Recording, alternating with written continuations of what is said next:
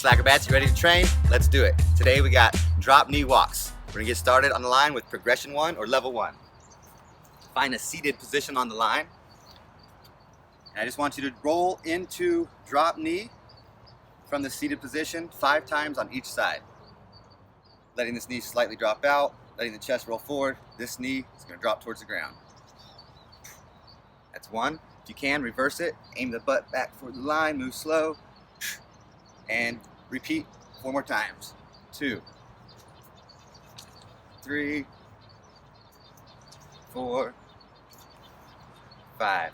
Switch sides. Do the same thing on this side 5 times.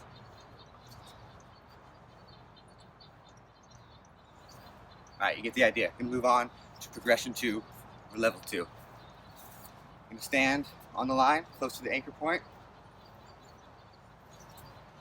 And I want you to drop down from standing into a drop knee 5 times on each side. Starting the weight on the right foot. You're going to use the floating foot or left foot. Touch the line. Slowly drop down.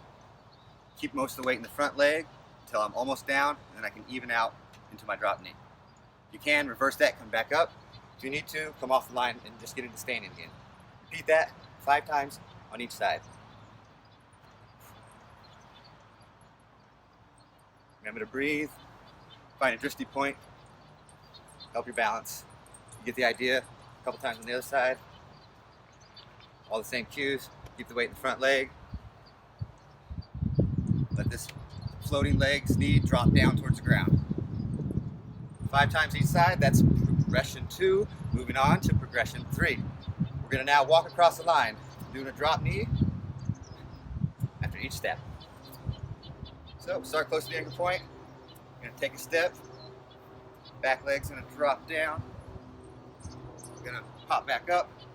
Take a step. Back leg's going to drop down. Drop knee.